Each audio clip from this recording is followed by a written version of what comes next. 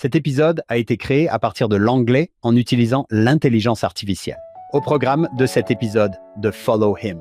Je pense que l'une des idées reçues concernant le monde antique est que les femmes y étaient toujours opprimées et n'avaient jamais voix au chapitre. C'est totalement faux. Dans le monde antique, il y avait des femmes extrêmement puissantes qui accomplissaient des choses incroyables et qui exerçaient une grande influence et un grand pouvoir. Je pense que nous en trouvons des exemples ici, dans le livre des rois de Juda. Bonjour mes amis, bienvenue dans ce nouvel épisode de Follow Him. Je m'appelle Hank Smith, je suis votre animateur. Je suis ici avec John By the Way, qui a le cœur tendre. John, c'est tout à fait vrai. Non, vraiment, tu as le cœur tendre. En fait, tu pleures plus facilement qu'avant. C'est gênant. Je prends de l'atorvastatine, donc le durcissement de mes artères s'atténue. Le simple fait de parler du cœur me fait penser au président Nelson.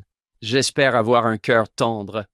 Je ne sais pas si vous avez déjà entendu cela, mais dans 2 Chroniques, chapitre 34, verset 27, le Seigneur s'adresse au roi Josias.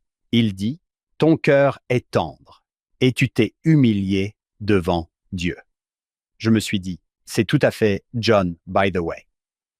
John, nous avons le privilège d'accueillir aujourd'hui parmi nous sœur Heather Farrell. Heather, bienvenue sur Follow Him. Merci de m'accueillir, je suis ravie. Nous sommes ravis de vous accueillir, mais John, c'est l'invité idéal pour cette leçon. Lorsque Heather et moi avons discuté, elle m'a dit « J'adore cette partie de la Bible », ce qui n'est pas courant de trouver quelqu'un qui dise « Les Chroniques, c'est mon livre préféré ». John, quand vous pensez aux Chroniques, qu'est-ce qui vous vient à l'esprit? L'une des premières choses qui me vient à l'esprit, c'est que nous n'avons pas abordé ce sujet en 2022, il y a 4 ans. Ce n'était même pas dans le manuel « Viens et suis-moi ». Il y a des éléments qui se répètent dans les livres des rois, des chroniques et dans certains livres de l'Ancien Testament.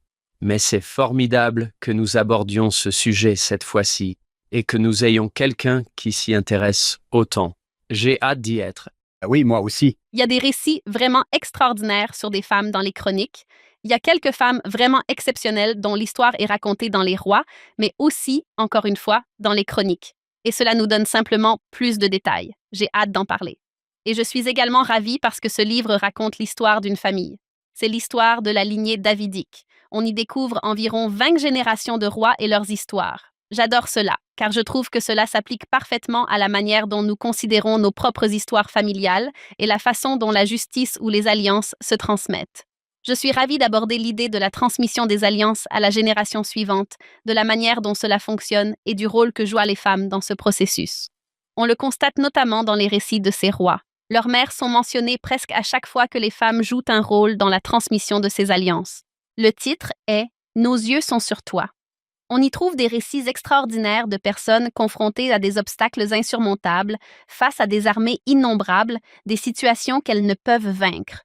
Tout repose sur le fait de se tourner vers le Seigneur et de le laisser mener vos combats à votre place, de lui laisser prendre les rênes et, comme le dit ce chant chrétien, de lui laisser voler la vedette.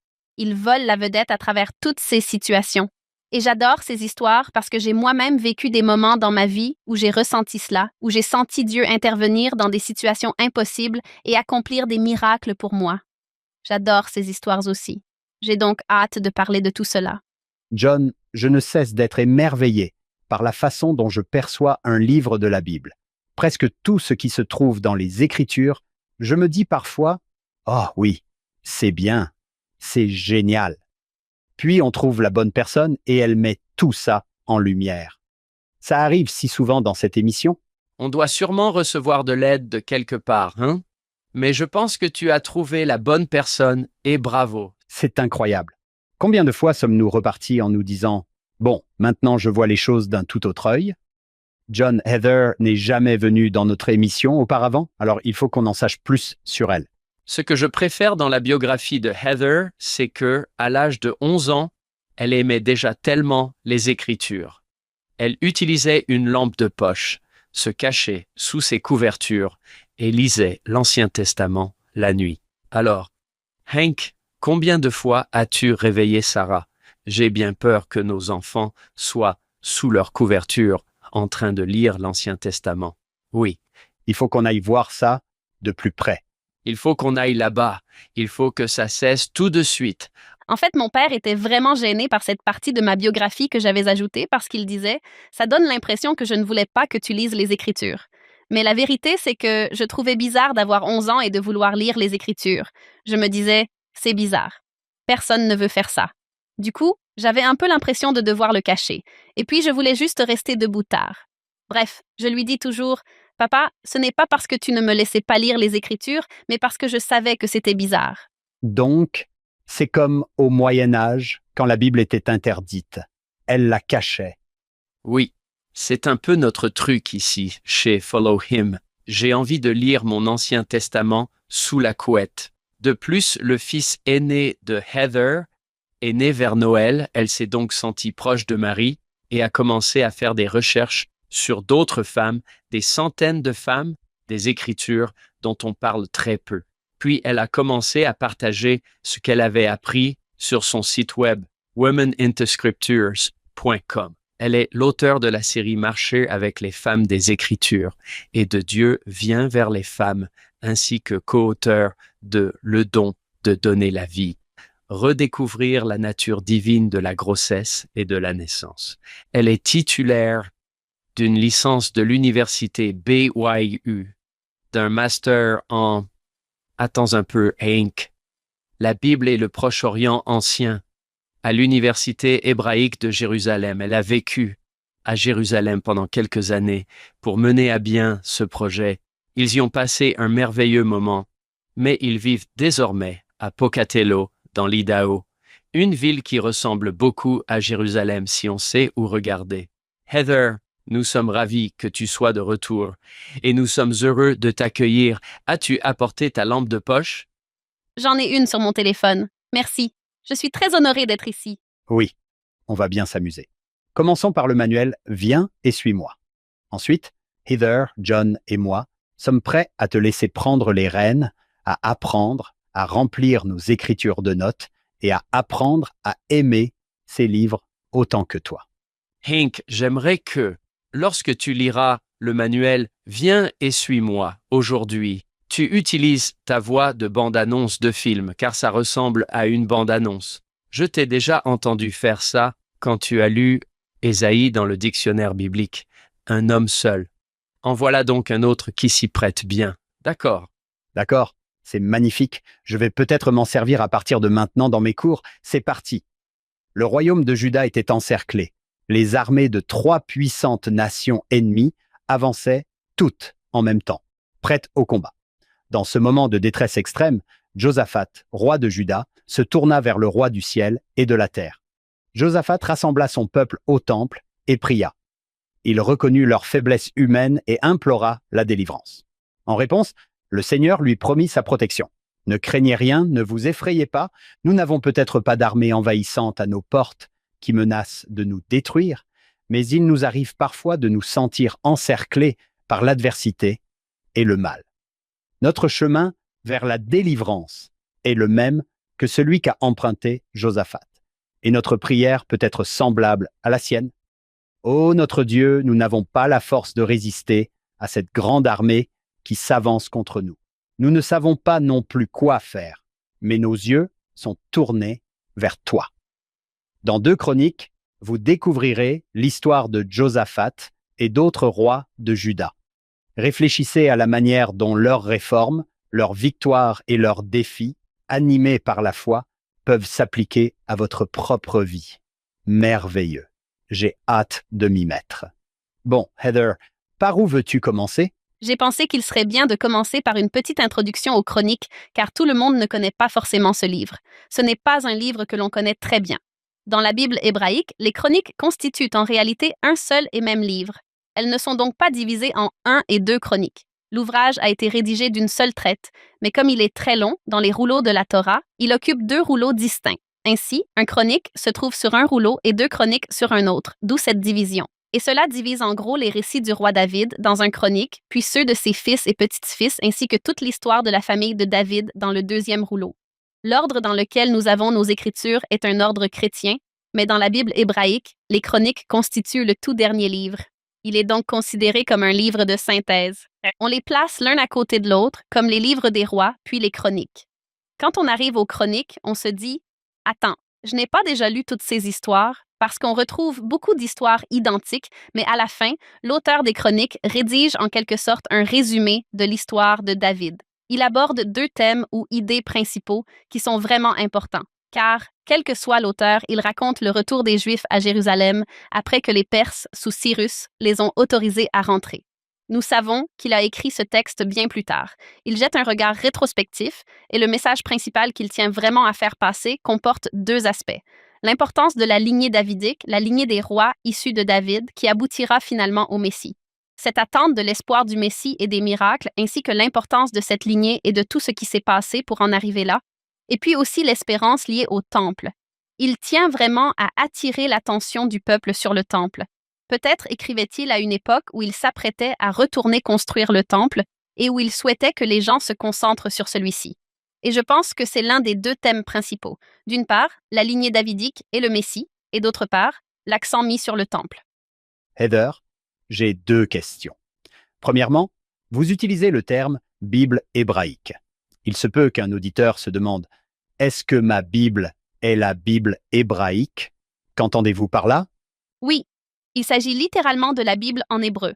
Les Juifs l'appellent le Tanakh. Elle contient tous les mêmes livres que l'Ancien Testament, mais leur ordre est différent de celui de notre Ancien Testament. Ainsi, si vous preniez une Bible en hébreu, le Tanakh, et que vous essayiez de la lire en parallèle avec votre version King James, vous seriez perdu quant à l'emplacement des livres et des versets, car l'ordre n'est pas le même. Le contenu est identique, mais l'ordre est différent. Il se peut que certaines personnes ignorent que les Juifs ne croient pas en Jésus et que c'est là leur Bible. Ce que nous appelons l'Ancien Testament est leur Bible. En fait, si je m'adressais à l'un de mes amis juifs, je ne l'appellerais probablement pas l'Ancien Testament. Exactement. On l'appellerait la Bible hébraïque ou le Tanakh, ou bien, comme certains l'appellent, la Torah. Mais la Torah ne correspond en réalité qu'aux 5 premiers livres de Moïse. Le Tanakh regroupe toutes les histoires que nous connaissons. Les chrétiens l'appellent donc l'Ancien Testament. Exactement. Et puis, mon autre question était la suivante. Quelqu'un qui connaît bien le livre de Mormon, pourrait-il considérer l'auteur des chroniques un peu comme Mormon, qui bien plus tard a écrit sur le passé pour raconter les histoires de cette époque? Oui. Je pense que c'est une très bonne façon d'envisager les choses, car il dispose manifestement de documents sur lesquels il s'appuie. Il évoque différents récits concernant les rois et divers documents qui ont été conservés. Il n'écrit pas au moment même où les événements se produisent. Il écrit à une époque où il peut prendre du recul et réfléchir, un peu comme Mormon, qui apporte sa propre perception de ce qui s'est passé. L'auteur des chroniques nous donne également ses propres conseils ou son opinion sur ce qui s'est passé. Pourquoi Jérusalem a été détruite? Pourquoi les Juifs sont partis en exil? Pourquoi ils ont perdu le temple? Il jette un regard rétrospectif et dit « Voilà ce qui s'est passé ». Un peu comme un historien et un enseignant, à l'instar de Mormon.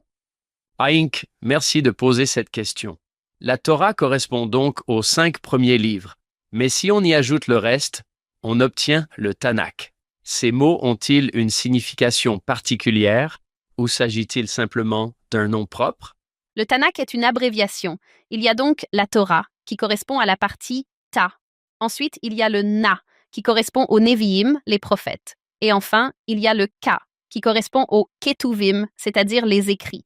Le Tanakh est donc divisé en 3 sections distinctes, la Torah, qui est le livre de Moïse. Puis viennent les prophètes, c'est-à-dire l'ensemble des différents livres prophétiques. Et enfin, il y a les livres considérés comme les écrits, comme les psaumes, les proverbes, les lamentations, le livre de Ruth et le livre de Daniel, c'est-à-dire les récits qui ne relèvent pas de la prophétie.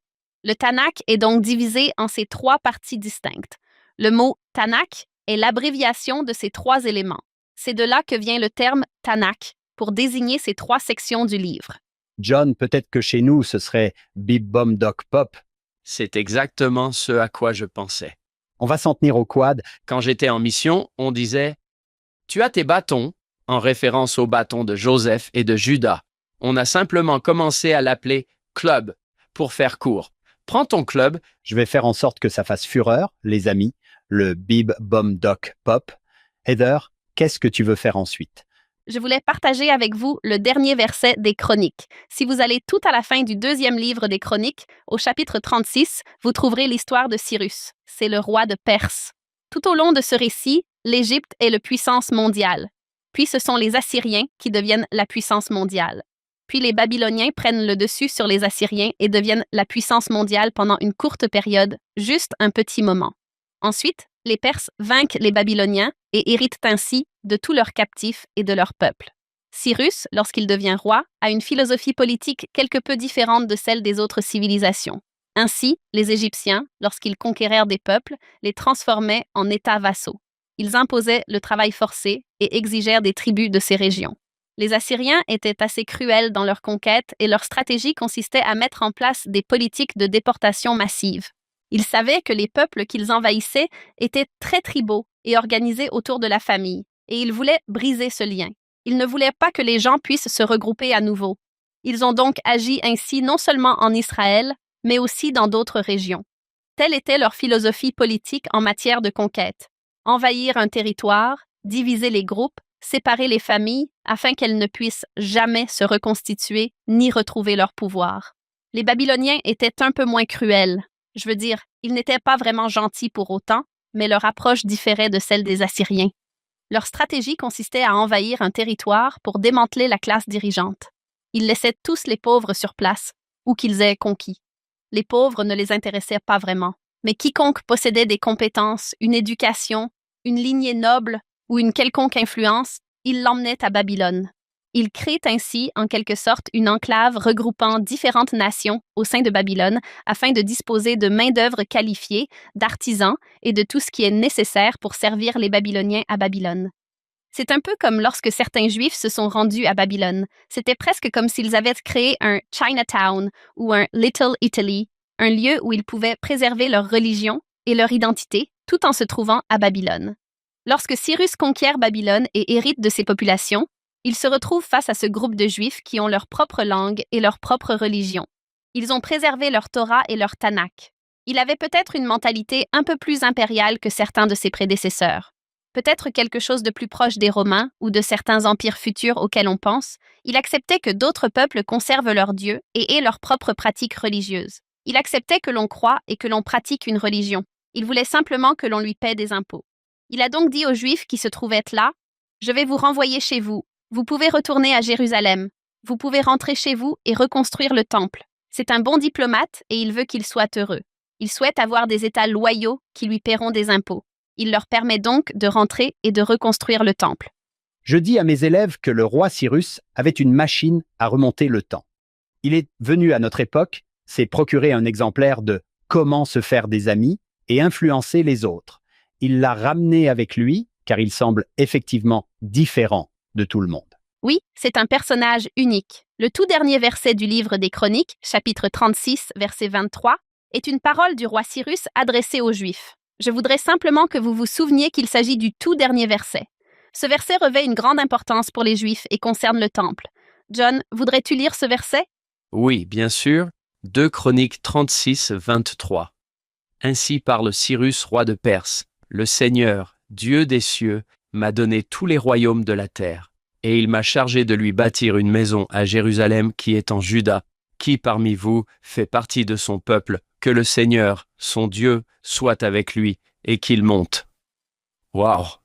Oui, c'est fort que la toute dernière ligne de la Bible en hébreu parle de monter au temple. Elle est centrée sur le temple. Et l'auteur termine sur cet espoir et cette croyance en un Messie et en la reconstruction du temple. J'aime beaucoup que cela résume un peu le message de ce livre, qui est vraiment centré sur le Messie et le temple. John, j'adore ça. J'adore le fait que l'ordre soit différent, mais dans la Bible hébraïque, c'est le dernier verset. Retournez à Jérusalem, reconstruisez le temple.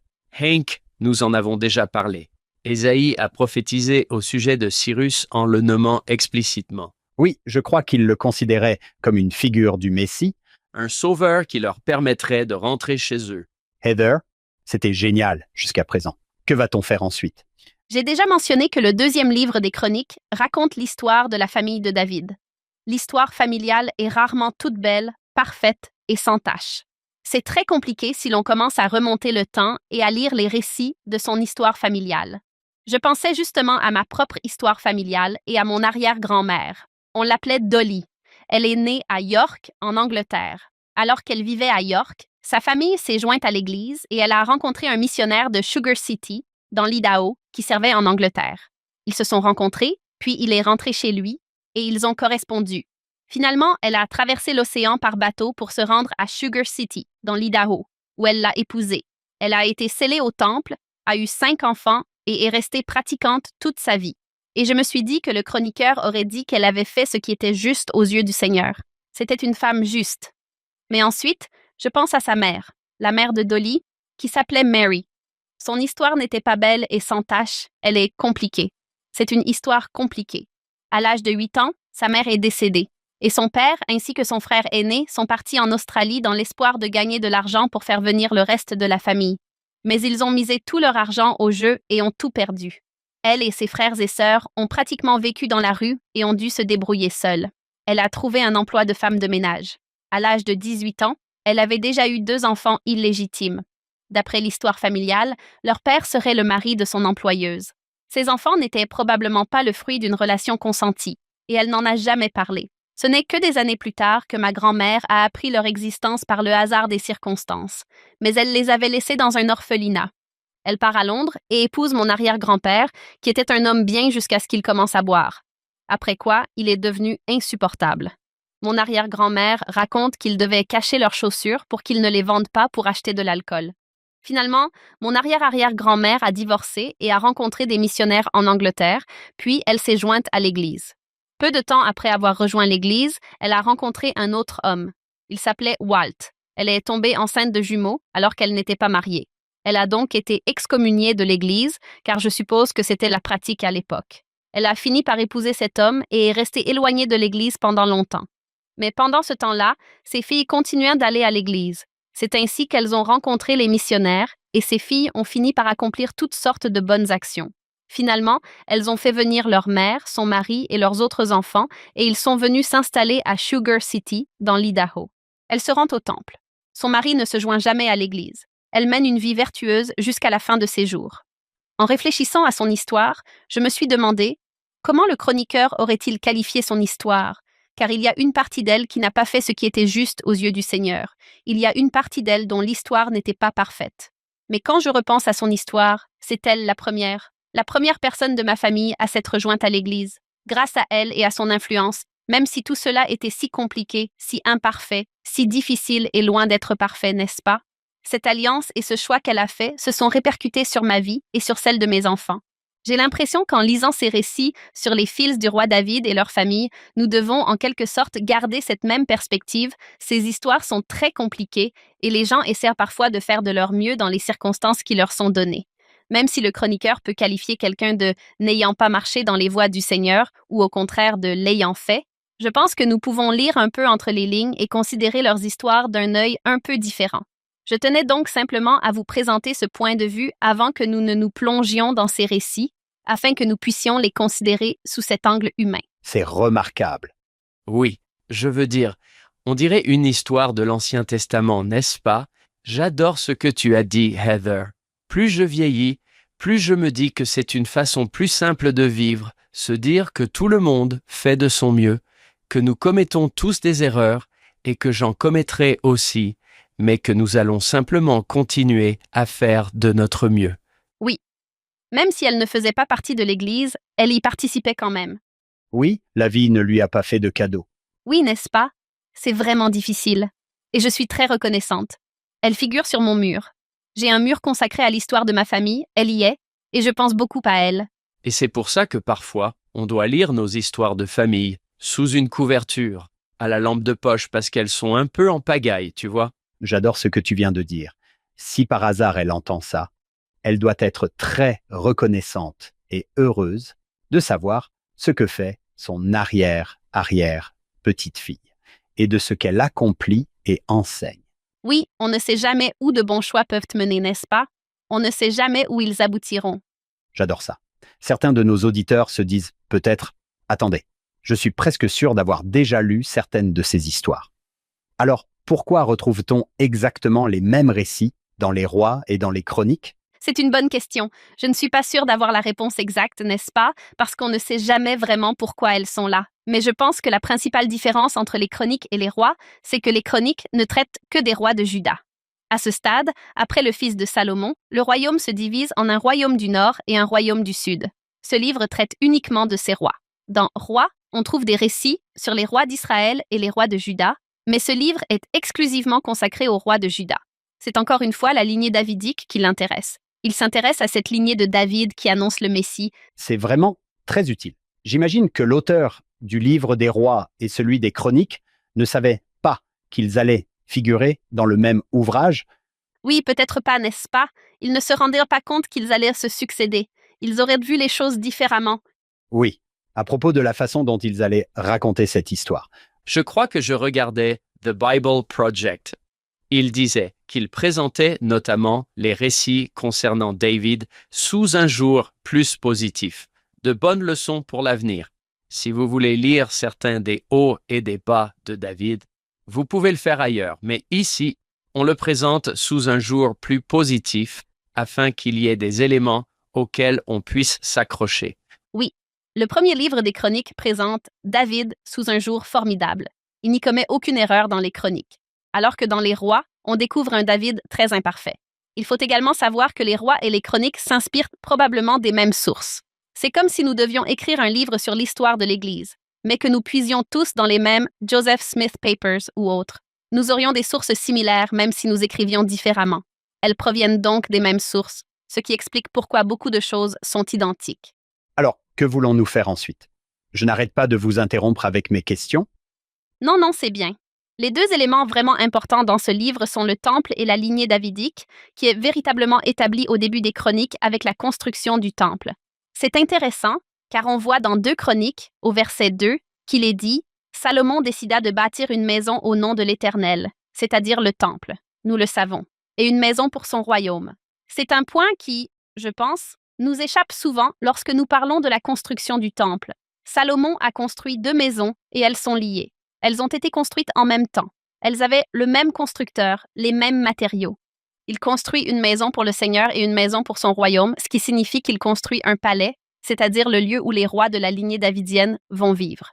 Je pense que c'est extrêmement important, car nous devons nous rappeler que 2 maisons sacrées sont en train d'être construites ici. Dans notre foi, nous disons souvent que notre temple est le lieu saint et que le lieu qui vient juste après en termes de sainteté est le foyer. Nous les considérons comme des temples. Et nous voyons ici que lorsque Salomon construit la maison, le Seigneur lui demande d'en construire 2. Alors, Heather, où se trouve le verset où il est dit qu'il a construit un temple et une maison? C'était dans 2 Chroniques. Oui, c'est dans 2 Chroniques 2:1 qu'il est dit qu'il construit une maison pour le nom du Seigneur et une maison pour son royaume. Mais si vous descendez un peu plus bas dans ce chapitre, au verset 2:12, vous verrez que le constructeur du temple, c'est-à-dire l'homme que Salomon a engagé pour être le chef des constructeurs du temple, s'appelle Huram. Il s'adresse à Salomon et lui dit ceci: « Que le Seigneur, le Dieu d'Israël, qui a fait le ciel et la terre, soit béni. C'est lui qui a donné au roi David un fils sage, doté de prudence et d'intelligence, capable de bâtir une maison pour le Seigneur et une maison pour son royaume. » Je pense que dans ce verset, on voit que Salomon ne se dit pas « Tiens, on a tout ce matériel en surplus. On construit cette maison. Autant m'en profiter pour me faire construire un palais tant qu'on y est. Moi aussi, je veux une grande maison somptueuse. » On voit ici que le commandement de construire un temple s'accompagnait également d'un commandement ou d'une directive du Seigneur de construire aussi une maison pour le roi et une demeure pour lui. Vous savez ce que cela me rappelle, à vous deux, et nous n'avons pas besoin de nous attarder là-dessus, mais n'est-ce pas plus loin dans Doctrine et Alliance, lorsqu'ils construisent le temple de Nauvoo, que le Seigneur parle de construire? Je crois que cela s'appelle la maison de la demeure. C'est bien ça, John? Oui, la Mansion House. Et puis, en face de la Mansion House, il y avait en quelque sorte un endroit où les gens pouvaient être logés, n'est-ce pas? Je veux dire, si des voyageurs venaient visiter le temple, c'était en quelque sorte le Motel 6 de Nauvoo à l'époque. Oui, c'est exactement ce que tu as dit, Heather. C'est un commandement. Ce n'est pas du genre « Tiens, Joseph Smith veut aussi une belle maison. » Oui, il y a tout un chapitre dans Doctrine et Alliance qui parle de la demeure céleste, mais cela fait aussi partie de la construction du temple. Le Seigneur nous dit en quelque sorte, « Vous construisez ce temple, mais vous construisez aussi cela. » Et je pense que c'est un modèle ancien. Je pense que les temples sont également associés à cette idée de foyer. Et je pense que c'est très fort pour les saints des derniers jours, car nous le disons souvent, le foyer est à côté du temple. Le voir ici dans les Écritures, c'est constater que le Seigneur le voit de la même manière. Oh Heather, tu as complètement changé la façon dont je vais enseigner cela. À partir de maintenant, je vais aborder la section « La maison de la mention » du temple de Nauvoo. John, n'aimes-tu pas quand quelqu'un fait ça? Quand on te montre quelque chose qui va changer ta façon de voir les choses et de les enseigner? Ça va être sympa de dire aux gens, pourquoi ne pas ouvrir votre Bible à 2 Chroniques 2? Exactement. Vérifiez si ces pages sont peut-être encore collées les unes aux autres dans certains livres sacrés. Ils diront « Wow, Hank, John, vous en savez tellement !» Et nous, on répondra « Eh bien, oui, on étudie le passé, c'est génial. Ouais, c'est génial, Heather. » C'est génial. Bon, passons maintenant à 2 Chroniques 7. Nous sommes ici après la construction du temple et après que Salomon l'ait consacré. C'est incroyable que nous ayons cette prière et que ce récit de la consécration d'un temple antique ait été préservé. C'est extraordinaire. Après cela, dans 2 Chroniques 7, il est dit qu'ils ont fait la fête pendant 7 jours et que le 8e jour, ils ont tenu une assemblée solennelle. Et cette nuit-là, alors que Salomon dormait, apparemment à un moment donné dans la soirée, le Seigneur lui est apparu et a accepté la consécration du temple. Je ne sais pas si cela arrive à tous nos prophètes, mais c'est vraiment impressionnant qu'ils viennent et qu'ils acceptent la consécration de Salomon. Il lui fait 2 promesses ou 2 alliances. Ces alliances concernent les 2 maisons, le temple et le palais, la maison de Salomon. La première alliance se trouve au verset 12 du chapitre 7. Je vais m'en charger, d'accord. 2 Chroniques 7, 12 jusqu'au verset 16. Et l'Éternel apparut à Salomon pendant la nuit et lui dit, « J'ai entendu ta prière et j'ai choisi ce lieu pour moi-même comme maison de sacrifice. Si je ferme les cieux et qu'il n'y ait pas de pluie, ou si j'ordonne aux sauterelles de dévorer le pays, ou si j'envoie la peste parmi mon peuple, si mon peuple, qui est appelé par mon nom, s'humilie, prie, cherche ma face et se détourne de ses mauvaises voies, alors j'exaucerai du ciel, je pardonnerai son péché et je guérirai son pays. Désormais, mes yeux seront ouverts et mes oreilles attentives à la prière qui sera faite en ce lieu. Car maintenant, j'ai choisi et sanctifié cette maison afin que mon nom y demeure à jamais, et mes yeux et mon cœur y seront à jamais. Waouh! Oui, une promesse puissante, très puissante. Dans sa prière de consécration, Salomon a demandé au Seigneur, « Si nous sommes frappés par la famine et que le peuple prie en direction du temple, les entendras-tu? Si nous sommes attaqués par des ennemis et que le peuple prie en direction du temple, les entendras-tu? Si nous sommes emmenés en captivité et que nous prions en direction du pays où se trouve le temple, les entendras-tu? » Et ici, le Seigneur répond, « Oui, s'ils prient en direction de mon temple, je les écouterai. » J'adore le verset 15. « Désormais, mes yeux seront ouverts. » Quel est, selon nous, le titre de la leçon de « Viens et suis-moi » ? Oui, nos yeux sont tournés vers toi. Cela renvoie à l'idée que si nous tournons notre regard vers Dieu, il tourne le sien vers nous. Il voit les gens, il voit leurs épreuves, il voit leurs afflictions, et il entend leurs prières lorsqu'elles sont adressées vers un temple. En préparant cet épisode, j'ai découvert qu'il existait apparemment une chanson très populaire dans les milieux chrétiens, inspirée de 2 Chroniques 7, 14. On l'entendait partout, ce verset, le verset 14, est peut-être l'un des plus connus du livre des Chroniques, et il est magnifique. Si mon peuple sur lequel mon nom est invoqué s'humilie, prie et cherche ma face, alors je l'exaucerai depuis les cieux, et j'ajouterai, je guérirai leur pays. N'est-ce pas ce que nous souhaitons tous? Si vous faites une petite recherche sur Google, vous trouverez cette chanson. C'est magnifique, car c'est la promesse de Dieu. Si vous le cherchez, il sera là. Cette promesse est liée au temple. Il dit « J'ai accepté le temple ». Et au verset 14, « S'ils s'humilient, s'ils prient, s'ils cherchent, s'ils se détournent de leur mauvaise voie, mes yeux seront tournés vers vous. » Il fait cette promesse concernant le temple. Et c'est important pour la suite, car nous voyons que c'est là qu'il veut qu'ils dirigent leur adoration et leur attention. Il veut qu'ils se tournent vers le temple. Nous voyons dans les récits qui suivent qu'ils ne le font pas toujours. Ils se tournent vers d'autres choses que le temple. C'est donc un point important à retenir. C'est ce que Dieu veut qu'ils fassent. C'est ce qu'il a accepté, la prière de Salomon. C'est ce qu'il leur a demandé de faire. Si certains de nos auditeurs se préparent à enseigner cela à des jeunes, l'une des choses que j'apprécie particulièrement lorsque je trouve ce genre de passage dans les Écritures, et on en trouve partout, c'est une sorte de déclaration « si, alors ». La première fois que j'en ai entendu parler, c'était dans un cours de programmation informatique que j'ai suivi au lycée dans les années 80, à l'époque où les ordinateurs étaient aussi grands que l'établissement. Si mon peuple fait ceci, alors cela. Et je pense que nous sommes tous les trois assis ici aujourd'hui grâce à une de ces phrases « si, alors ». Si l'un d'entre vous manque de sagesse, alors c'est sous-entendu qu'il la demande à Dieu. Et on en trouve partout. Que dit le roi Benjamin? Hank à la fin de Mosia 2.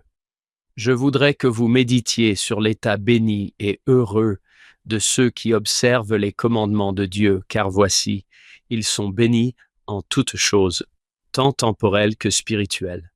Et s'ils restent fidèles jusqu'à la fin, alors ils sont accueillis au ciel, afin de demeurer avec Dieu dans un état de bonheur sans fin.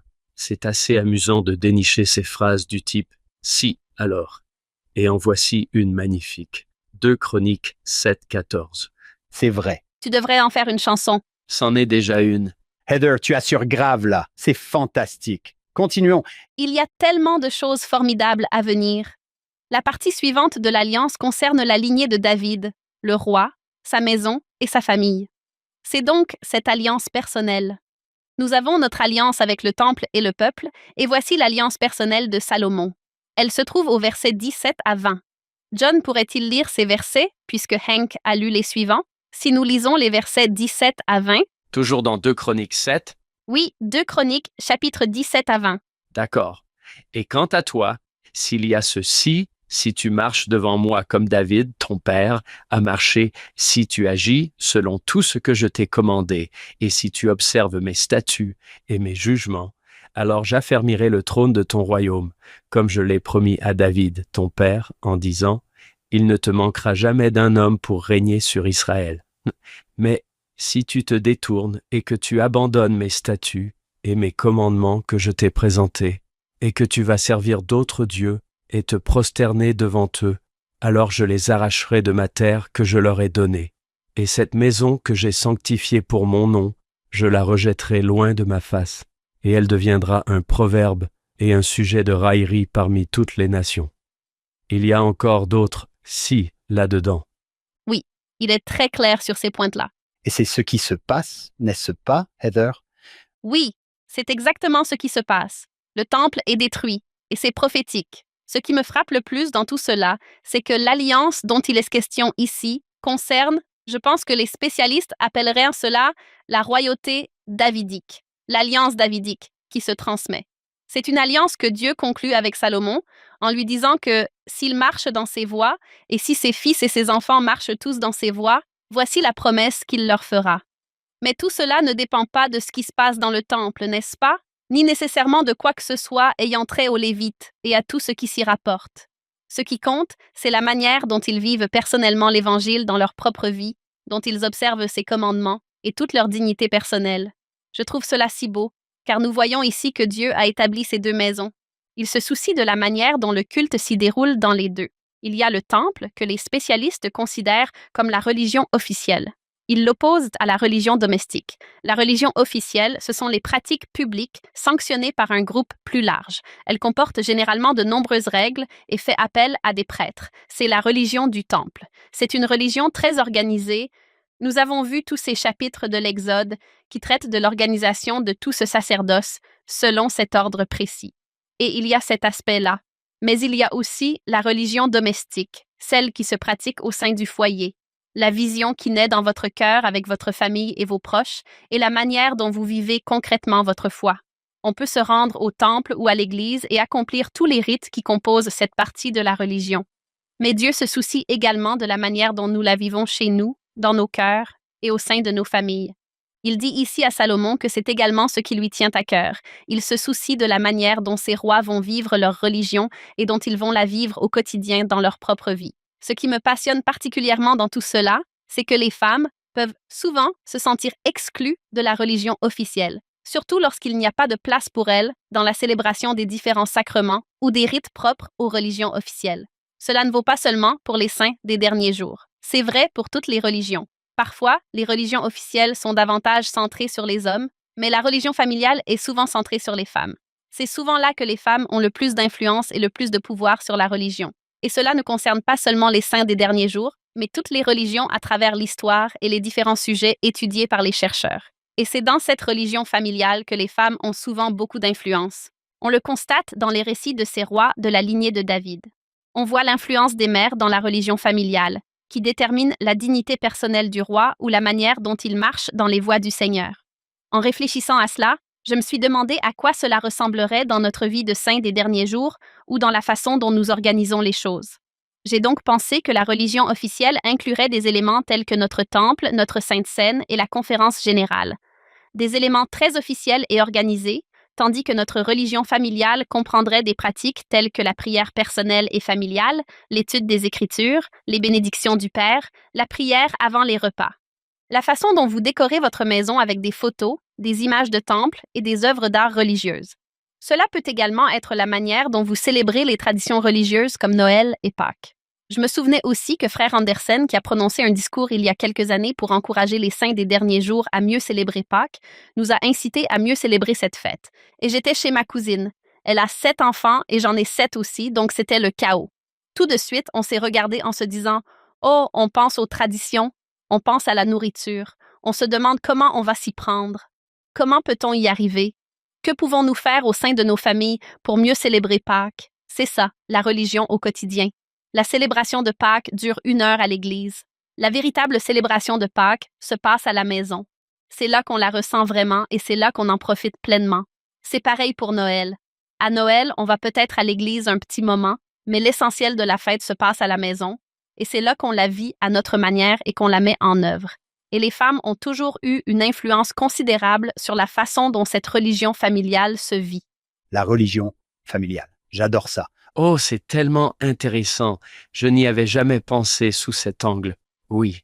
L'une des meilleures réunions de sacrement de pieux auxquelles j'ai assisté était celle où l'autorité générale en visite a passé tout son temps à parler de ça.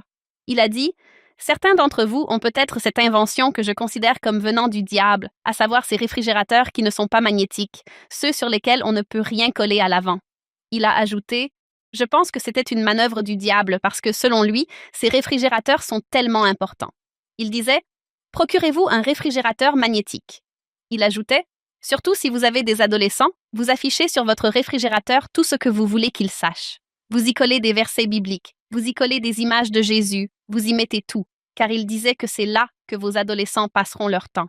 Ils seront devant le réfrigérateur. » Devant le frigo. Devant le frigo. L'autre endroit où on peut les mettre, c'est dans la salle de bain. Il dit « Tu prends un petit panier où tu installes un support au mur et tu y ranges tous tes numéros de magazines de l'église. Tu les accroches juste là pour que, quand ils s'ennuient, ils aient quelque chose à feuilleter. » Et c'est ce que j'ai fait. J'en ai un dans ma salle de bain à cause de cette autorité générale. Mes enfants aussi.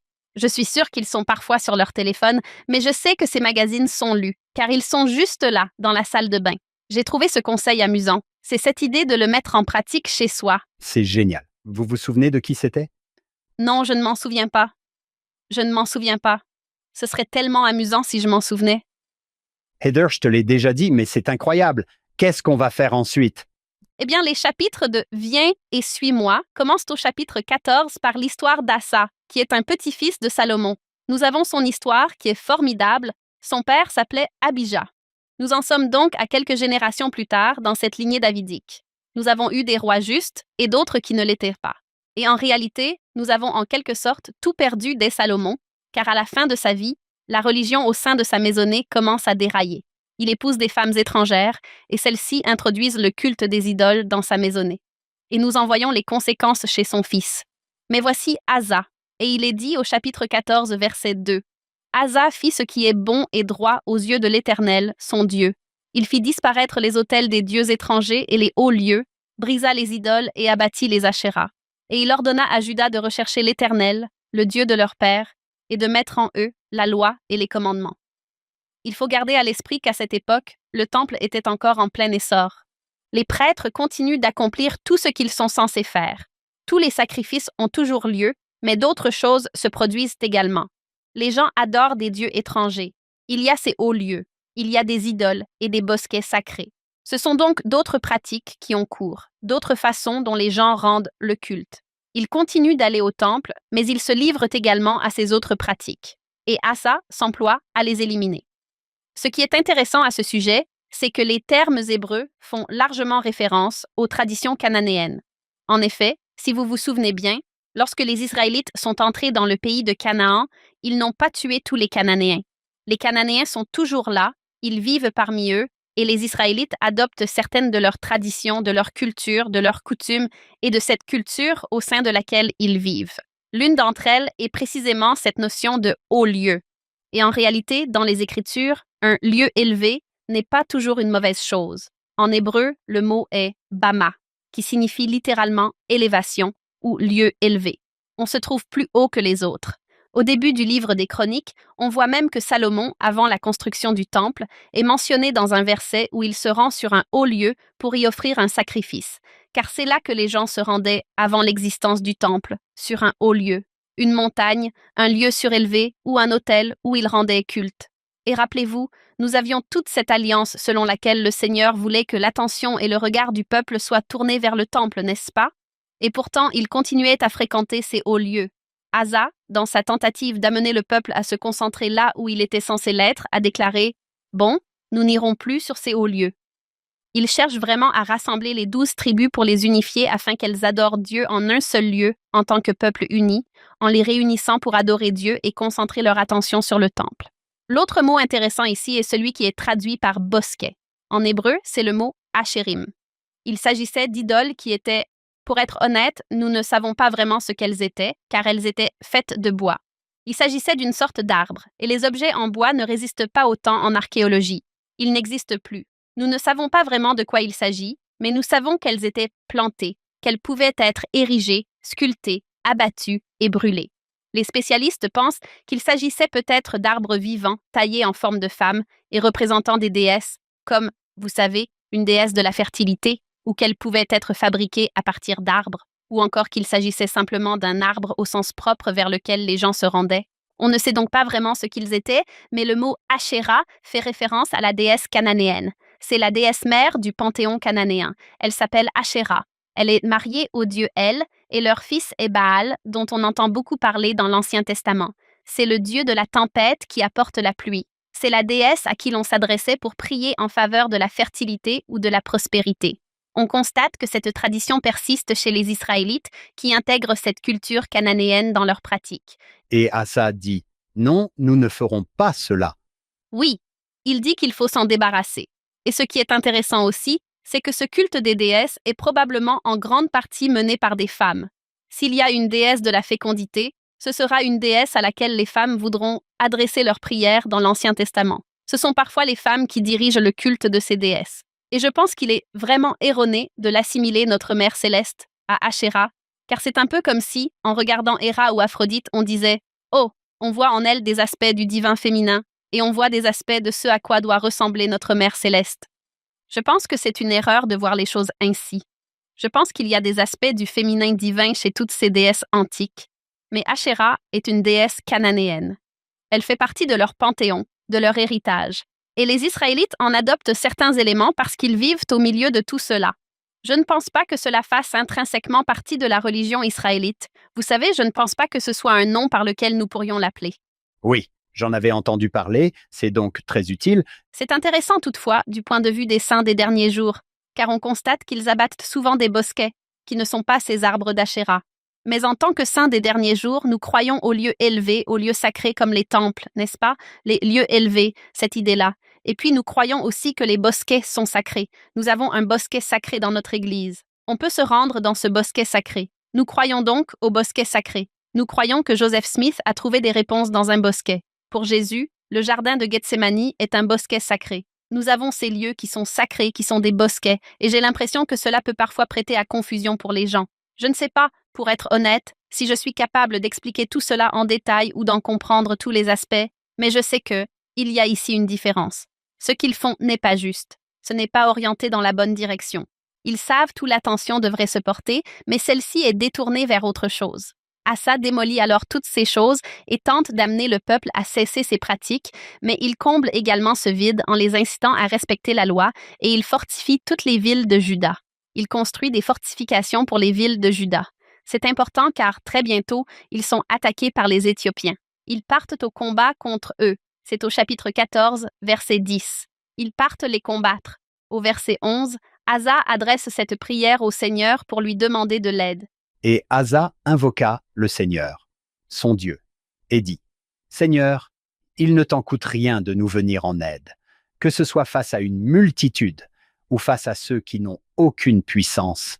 Aide-nous, ô Seigneur notre Dieu, car nous comptons sur toi et c'est en ton nom que nous marchons contre cette multitude. Ô Seigneur, tu es notre Dieu. Ne laisse pas l'homme l'emporter contre toi. » J'adore cette prière, et surtout les passages où il est dit « Seigneur, il ne t'en coûte rien de nous venir en aide, que ce soit avec un grand nombre ou avec ceux qui ont de la force. » L'idée que Dieu puisse intervenir dans nos vies. Puis, si nous avançons un peu plus dans le chapitre 15, nous voyons qu'il remporte la victoire et qu'il vainc les Éthiopiens. Le prophète s'appelle Azaria. Il sort à la rencontre d'Asa et lui dit, c'est au chapitre 15, verset 2. « Le Seigneur est avec vous tant que vous êtes avec lui. Si vous le cherchez, vous le trouverez. Mais si vous l'abandonnez, il vous abandonnera. » Je dois avouer que ça m'a vraiment frappé. Ça m'a fait mal. Je me suis dit, oula, je ne sais pas si j'aime vraiment ce verset, pour être honnête. J'aime bien la partie où l'on dit qu'il faut chercher Dieu et qu'il se laissera trouver. Mais je n'aime pas vraiment la partie où l'on dit que si on l'abandonne, il nous abandonne. Ça m'a un peu frappé parce qu'au début du mois, je travaillais sur un très gros projet et j'avais en quelque sorte besoin d'un miracle pour que tout s'arrange. J'avais besoin que des gens se manifestent d'une manière dont ils ne se manifestaient pas. Je priais notre Père céleste au volant de ma voiture, en route vers ma destination, et je priais dans mon cœur. Une pensée m'a alors traversé l'esprit. Je me suis dit, en fait, je ne suis pas digne en ce moment de demander un miracle, car je ne me souviens même plus de la dernière fois où j'ai réellement fait une prière sans m'endormir. Ça fait un moment. Et je n'ai pas lu les Écritures, et ça fait un moment que je ne suis pas allée au temple. Or, c'est une relation. Je me suis vraiment éloignée. J'ai été très occupée dans ma vie, et je n'ai pas été présente. Et je me suis dit, je ne sais même pas si je suis digne d'un miracle, n'est-ce pas? Il y a probablement tout un tas de choses à faire pour obtenir un miracle, et je n'y arrive pas. Comment donner un sens à tout ça? L'idée qu'il y a un moment où l'on sait qu'il y a ces choses que l'on doit faire. On se dit que ces choses vont nous donner de la force, qu'elles vont aider le Seigneur à nous venir en aide. Mais d'un autre côté, si on ne les fait pas, est-ce qu'il nous abandonne complètement? Si on ne fait pas tout exactement comme il faut, est-ce que cela diminue la force que Dieu peut insuffler dans notre vie? Où se trouve le verset « Celui qui honore Dieu, Dieu l'honorera ». Je suppose que nous voulons peut-être un Dieu qui soit toujours à notre disposition, que nous ayons vraiment besoin de lui ou non. Sois toujours à ma disposition, s'il te plaît. Mais cela ressemble un peu plus à ce qu'il dit. Si tu me délaisses, ne sois pas surpris si je suis un peu plus difficile à trouver. Peut-être que cela signifie, si tu m'abandonnes, tu n'auras plus accès à la puissance. J'ai conçu ce programme pour qu'il fonctionne d'une certaine manière. En quoi cela se traduirait-il concrètement si vous me reniez? Tu n'as pas ce pouvoir-là. Je travaille avec des jeunes adultes qui ont des réactions humaines. Parfois, ils me disent des choses comme ça, Heather, du genre « Eh bien, je ne pense pas que le Seigneur, je ne vis pas comme je le devrais, je crois. Alors je ne pense pas. Je pense que le Seigneur est déçu par moi. » Ou j'ai même entendu des jeunes dire « Je pense que le Seigneur me trouve un peu dégoûtant. » Et non, non, non, je leur dis généralement « Soyez honnêtes. Dites « Oui, ça fait longtemps que je n'ai pas prié et oui, je ne mérite probablement pas ça. » Et ouvrez votre cœur et dites « Mais j'adorerais ça. » C'est un peu comme un appareil électronique ou quelque chose comme ça où, je ne sais pas, je pensais justement à moi-même parce que j'ai eu du mal à recharger mes batteries ces derniers temps. Même s'il reste un peu de charge, comme si, à un moment donné de votre vie, vous aviez été très assidu et que vous aviez tout rechargé à 100%. Cette batterie peut encore tenir un petit moment, n'est-ce pas? Je ne pense pas que le Seigneur réagisse toujours en disant « Hé, juste parce que tu ne fais pas les choses correctement en ce moment même, je ne peux pas t'aider. » J'ai l'impression qu'on dispose d'une réserve de force spirituelle qui peut nous accompagner. J'avais une amie qui traversait une période très difficile et elle a évoqué l'histoire de Joseph en Égypte et de ses greniers. Elle a dit: Je suis tellement contente d'avoir passé 7 ans à remplir mes greniers de force spirituelle, car elle avait l'impression de vivre 7 années de sécheresse spirituelle. Je compte sur ces greniers. On peut disposer de cette réserve. Je pense que c'est une idée juste. John, ne dirais-tu pas que... Je pense que le Seigneur cherche des moyens de te bénir. Je doute que le Seigneur cherche des raisons de te punir. Je ne vois tout simplement pas cela. Je pense que cela n'a jamais été exprimé plus magnifiquement que dans le récent discours de frère Kéharon. Son plan n'est pas un plan destiné à vous exclure, c'est un plan destiné à vous ramener chez vous. Comme vous l'avez dit, humaniser Dieu et dire qu'il est comme ce professeur vraiment méchant que j'ai eu. Ce n'est pas ainsi qu'il est. Je pensais même, alors que nous parlions d'Amulek, qu'il vivait en dessous de ses privilèges. Je le savais, mais je ne voulais pas le savoir. J'entendais, mais je ne voulais pas écouter. Et Dieu l'a quand même arraché à cette situation. Alors quand on pense à son caractère, il est toujours disponible. Je veux y croire. Peut-être qu'Azaria est simplement de mauvaise humeur. Oui, j'adore tout ce qu'on peut apprendre sur la nature de Dieu en étudiant ses récits. On y trouve une certaine justice, mais aussi une certaine miséricorde, juste au moment où on en a besoin. Il nous demande de respecter certaines normes. Il attend quelque chose de nous. Ce n'est pas un monde où l'on se dit « Oh, fais ce que tu veux, je serai là pour toi ». C'est plutôt « Hey, si tu te présentes et que tu es là, je serai là ». Un peu comme un très bon entraîneur. Mais bon, si tu te présentes à l'entraînement et que tu t'investis, je serai là avec toi. Même si tu es le pire de l'équipe, je serai là. Mais n'arrête pas de venir à l'entraînement, parce que je ne peux pas t'entraîner si tu n'es pas là. C'est peut-être ça que ça veut dire. Si tu ne viens pas à l'entraînement, comment peut-il t'entraîner? Oui. La suite, c'est qu'Asa et son peuple travaillent vraiment dur pour mener une vie bien ordonnée et mettre les choses en ordre afin que cette puissance puisse se déverser dans leur vie. Ils apportent des offrandes au Seigneur et concluent une alliance. C'est l'un de ces versets difficiles de l'Ancien Testament, dans un Chronique 15-13. Je vais lire le verset 12. Et ils conclurent une alliance pour rechercher le Seigneur, le Dieu de leur père, de tout leur cœur et de toute leur âme. Je me disais que j'aimerais que ce soit un peu la devise de ma famille lorsque nous entrons ici, c'est-à-dire que nous le recherchons. Nous ne sommes pas parfaits et nous ne faisons pas toujours les choses correctement, mais nous le recherchons. Nous sommes engagés dans ce processus actif qui consiste à le trouver de tout notre cœur et de toute notre âme. Mais ensuite, il y a ce verset difficile de l'Ancien Testament, le verset 13, qui dit que quiconque ne chercherait pas le Seigneur, son Dieu, serait mis à mort, qu'il soit petit ou grand, homme ou femme. Et j'ai aussi un peu envie d'afficher ça sur mon mur pour mes enfants, pour leur dire « Si vous ne le faites pas, il y aura des conséquences ».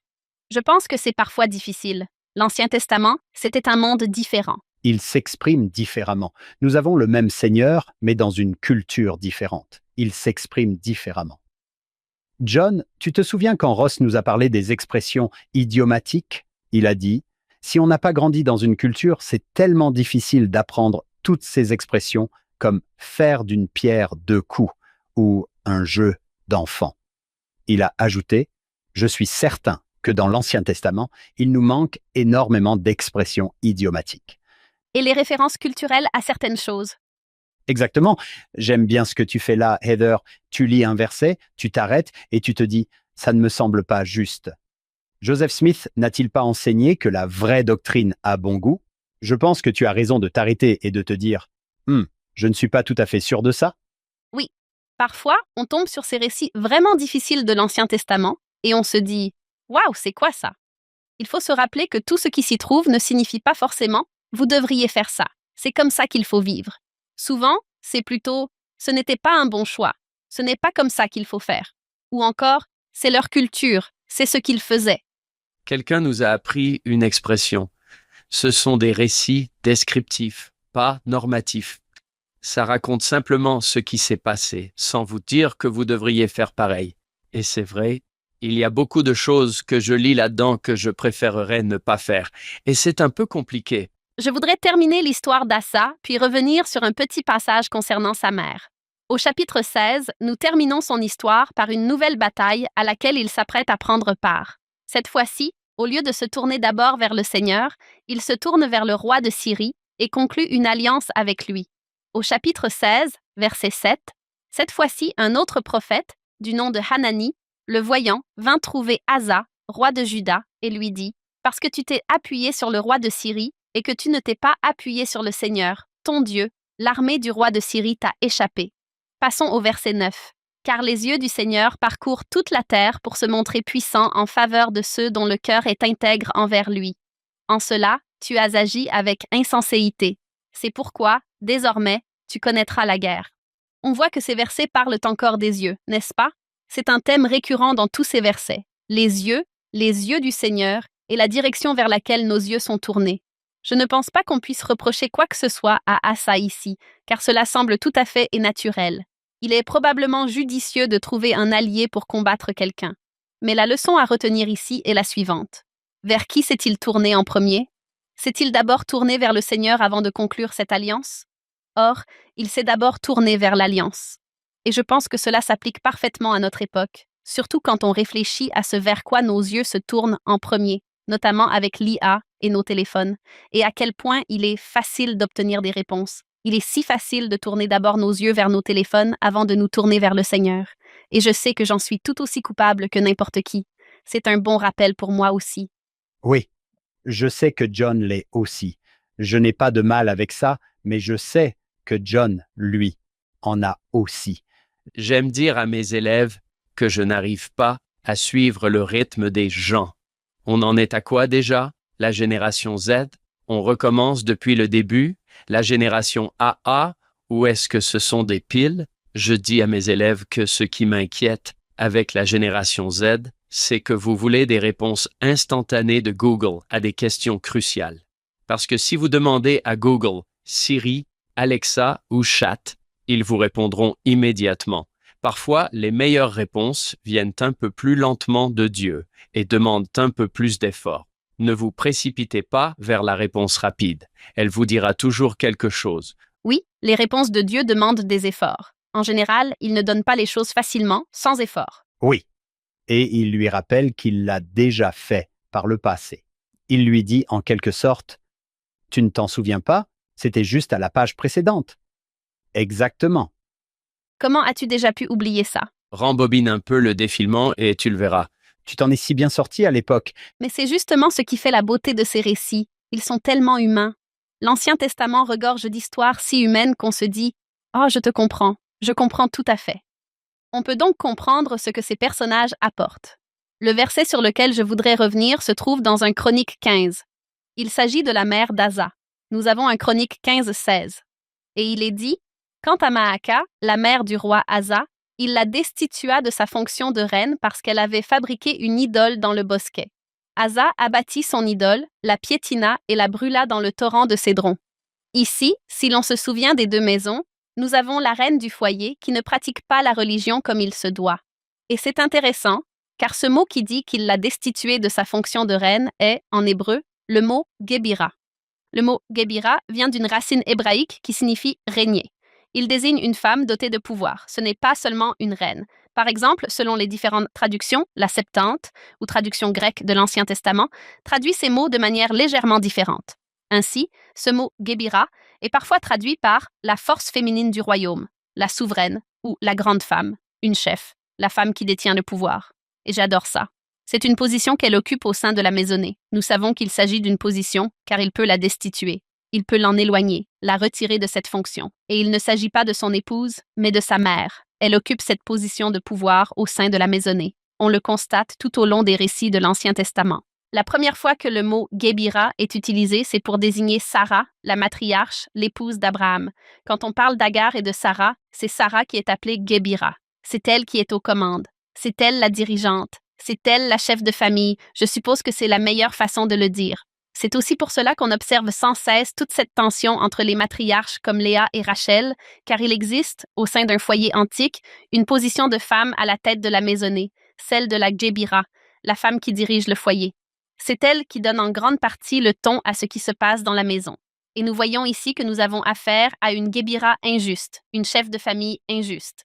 Ce qui est vraiment intéressant chez les reines de Juda, c'est que nous voyons cette notion de Guébira se transmettre tout au long de la lignée davidique. Et cela commence avec Bethsabée. Ainsi, chez Salomon, dont la mère est Bethsabée, on la voit agir d'une manière vraiment unique. Par exemple, lorsqu'elle intervient, alors que Nathan, le prophète, cherche à déterminer qui va monter sur le trône, il tente de faire en sorte que ce soit Salomon qui accède au trône et non les autres fils de David. Il vient voir Bethsabée et lui demande d'user de son influence pour faire monter son fils sur le trône. Et c'est ce qu'elle fait. Elle s'aligne sur le temple, n'est-ce pas? Elle s'allie au prêtre pour faire monter Salomon sur le trône. Puis, lorsqu'elle entre à la cour de Salomon, celui-ci s'incline devant elle et lui offre un siège à sa droite afin qu'elle puisse s'asseoir à ses côtés. On voit ainsi cette idée d'une femme à la cour de Judée qui occupe cette position de pouvoir et d'influence et qui se trouve être la mère du roi. Ce schéma n'est pas aussi systématique dans les chroniques, mais dans les rois, il est vraiment constant. Chaque fois qu'un roi de Juda est présenté, on retrouve ce schéma. Le nom du roi est donné en premier, suivi de son âge au moment de son accession au trône, de la durée de son règne, du nom de la mère du roi, du nom du père de sa mère ou de la nationalité de celle-ci. Puis la description se termine par la mention indiquant que ce roi a fait ce qui était mal ou ce qui était bien aux yeux du Seigneur. Et dans le livre des rois, cela ne manque jamais. Dans les chroniques, ces informations sont un peu plus éparpillées. On en trouve quelques-unes ici et là, mais il y en a une pour chaque roi, avec toujours la mention du nom de sa mère. Ainsi, en ce qui concerne la religion familiale, cette influence que l'on observe ici, une femme exerce une influence considérable sur la maison du roi, sur la manière dont les choses sont pratiquées, sur les traditions en vigueur, sur ceux à qui l'on adresse ses prières, sur ce qui est dit et sur ce qui se passe. Elle exerce une influence immense. Et cela suffit pour que les auteurs des livres des rois et des chroniques veillent à ce que le nom de cette femme figure dans le récit, accompagné de la question « A-t-il fait ce qui était juste ou ce qui était mal ?» Non pas pour revenir en arrière et blâmer la mère, mais pour se pencher sur son rôle et se demander quel type d'influence cette femme a-t-elle exercé au sein de la maison royale? Je ne pense pas que cela vise à rabaisser les femmes ou quoi que ce soit de ce genre. Je pense en fait que cela montre l'influence que ces femmes exerçaient et le pouvoir qu'elles détenaient sur le royaume. Je pense que l'une des idées reçues les plus courantes concernant le monde antique est que les femmes étaient toujours opprimées et n'avaient jamais voix au chapitre. C'est absolument faux. Dans le monde antique, il y avait des femmes extrêmement puissantes qui accomplissaient des choses incroyables et qui exerçaient une grande influence et un grand pouvoir. Et je pense que nous en avons des exemples ici, chez les rois de Juda. L'autre aspect que je trouve vraiment intéressant d'un point de vue antique, c'est que dans beaucoup d'autres cultures anciennes, le roi est considéré comme divin. Si l'on pense au pharaon, il est littéralement considéré comme un dieu. Le roi mésopotamien était lui aussi considéré comme un dieu. Et comme le roi est un dieu, cela signifie que son fils sera également un dieu. Mais pour avoir un fils, ce pouvoir doit être transmis par l'intermédiaire d'une femme. Si ce pouvoir divin passe du pharaon au fils en passant par la reine, cela rend la reine divine elle aussi. Et on voit sur les dessins égyptiens que la reine-mère est toujours représentée avec une coiffe en forme de vautour, qui est la coiffe d'une déesse, car elle est considérée comme divine. Elle est la transmetteuse divine de ce pouvoir et de cette royauté. C'est tellement beau, car dans notre propre Église, nous croyons en quelque chose de similaire. Lorsqu'un couple est scellé au temple, leurs enfants concluent eux aussi cette alliance de scellement, et cette alliance a un pouvoir non seulement pour eux, mais aussi pour leurs enfants.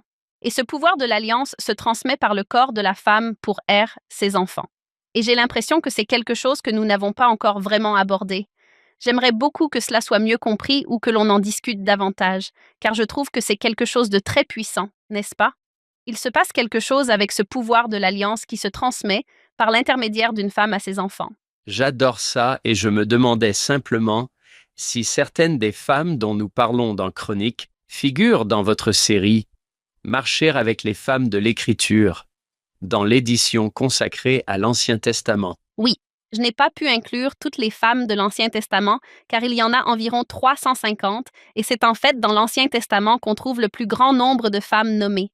Il y a tellement de femmes qui ont un nom. J'ai donc inclus toutes les femmes du Nouveau Testament et du Livre de Mormon, mais pour l'Ancien Testament, j'ai dû faire un choix. Cependant, certaines femmes des Chroniques y figurent, car leurs histoires sont vraiment formidables. Oui, c'est fantastique. Où puis-je me les procurer? Ils sont publiés par Cedar Fort, mais vous pouvez les trouver chez Deseret Book. En général, on en trouve chez Costco à la bonne période de l'année. Que ce soit l'année de l'Ancien Testament, du Nouveau Testament ou du Livre de Mormon, ils en ont généralement tout un tas. Mon père adore m'envoyer des photos en me disant « Regarde, c'est chez Costco ». Une palette entière? Oui. Si votre Costco vend encore des livres, Oui, ma femme est une habituée de Costco. Ils la connaissent par son prénom là-bas. Elle est là. C'est un grand jour aujourd'hui. Oh, génial. Bon, continuons, Heather. Le roi de Judée se distinguait des autres rois de l'Antiquité, car sa royauté divine n'était pas héréditaire. Je veux dire, elle l'est, n'est-ce pas? Elle se transmet, mais elle s'accompagne également de cette promesse d'alliance selon laquelle elle dépend aussi de sa dignité. Il n'est roi que s'il est digne de l'être ou s'il possède ce pouvoir. Ainsi, cette idée de dynastie, cette dynastie davidique qui se transmet, dépend de leur dignité personnelle. Je pense que c'est là qu'on voit vraiment la Guébira, la mère, transmettre l'alliance à son fils et lui enseigner les bonnes manières d'adorer. On peut en quelque sorte suivre cela tout au long de l'Ancien Testament en distinguant ceux qui agissent bien de ceux qui agissent mal. Et ici, dans le cas d'Assa, Maaka pourrait bien avoir été sa grand-mère. La généalogie est un peu confuse à cet endroit, donc il se pourrait bien qu'elle ait été sa grand-mère. Je trouve cela vraiment passionnant de voir cette influence des femmes, surtout lorsqu'elles s'accompagnent d'un titre comme celui de Guébira. J'adore voir ces femmes occuper des positions de pouvoir et d'influence. C'est vraiment passionnant. Bon, Heather, je crois qu'après Asa vient l'un des rois préférés de John. John, c'est bien ça? Eh bien, on parlait justement de cette expression « sauter comme Josaphat ». D'accord. Bon, passons à lui. Bien joué. Heather supporte notre. Non, c'est merveilleux. C'est vraiment génial. Ouais, ce qu'on trouve drôle. Je croyais que c'était un podcast sérieux. Allez, les gars. Non, c'est tellement amusant. C'est tellement amusant. Le fils d'Assa s'appelle donc Josaphat. On voit au chapitre 17 qu'il marche lui aussi dans les voies du Seigneur. Au verset 3, il est écrit « Et le Seigneur était avec Josaphat, car il marchait dans les premières voies de son père, David, et ne recherchait pas les Baals. Il marchait, il ne sautait pas. » Oui, c'est vrai, Désolé. pas de saut. Et il marchait selon les commandements et ne suivait pas les pratiques d'Israël. Il marche dans les voies du Seigneur. Il respecte cette alliance davidique qui consiste à suivre le Seigneur et à vivre sa religion de la bonne manière. Il est dit au verset 6 que son cœur s'élevait dans les voies du Seigneur et qu'il a également supprimé les hauts lieux et les bosquets sacrés. Donc, même si Asa l'a fait, les hauts lieux et les bosquets sont toujours là. Chaque génération doit en quelque sorte mener à nouveau son propre combat. Prenez cet engagement envers le Seigneur. Vous savez, j'observe mes enfants. Même si vous souhaitez leur transmettre vos valeurs, ils doivent prendre eux-mêmes l'engagement de respecter les alliances que leurs parents ont conclues. Heather, au verset 4, là où il est dit, il marchait selon les commandements, sans suivre les pratiques d'Israël. Est-ce que cela fait référence au royaume du Nord, maintenant qu'ils se sont séparés? Je dirais que oui. Je n'en suis pas certaine, mais je pense que cela a du sens. Il s'agirait alors de Juda, et Israël serait le royaume du Nord. Israël est bien plus méchant. Nous avons eu Achab et Jézabel, et je pense qu'en ce moment même, Israël se trouve dans la même situation qu'à l'époque d'Achab et de Jézabel. Donc, actuellement, ils sont bien plus absorbés par l'idolâtrie et toutes sortes d'autres pratiques que ne l'est Juda. Quant à Josaphat, il est dit au verset 8 qu'il envoie des Lévites parmi le peuple pour leur enseigner le livre de la loi. Comme nous l'avons vu avec Asa, il ne suffit pas de se débarrasser de certaines choses dans sa vie. Il faut combler le vide avec autre chose. Ici, il se débarrasse de certaines choses, mais il comble également ce vide avec la vérité. J'aime beaucoup cet exemple où il veille à nourrir son peuple avec ce qui est juste et ne se contente pas simplement de lui retirer le mal. J'aime bien ça. Au chapitre 18, une nouvelle guerre se profile à l'horizon. À ce stade, Josaphat s'allie au roi d'Israël car ils combattent Samarie. Ils tentent de s'unir. Et il s'agit là des tristement célèbres Achab et Jézabel. Avant de partir, au verset 6, Josaphat demande « Y a-t-il ici un prophète à qui nous puissions consulter le Seigneur pour savoir ce que nous devons faire ?» J'adore la réponse d'Achab. L'un d'entre vous pourrait-il lire ce passage? Chapitre 18, verset 7, ce que dit le roi d'Israël. Et le roi d'Israël dit à Josaphat, « Il y a encore un homme par qui nous pouvons consulter le Seigneur, mais je le déteste. Désolé. D'accord. Note ça en rouge, d'accord?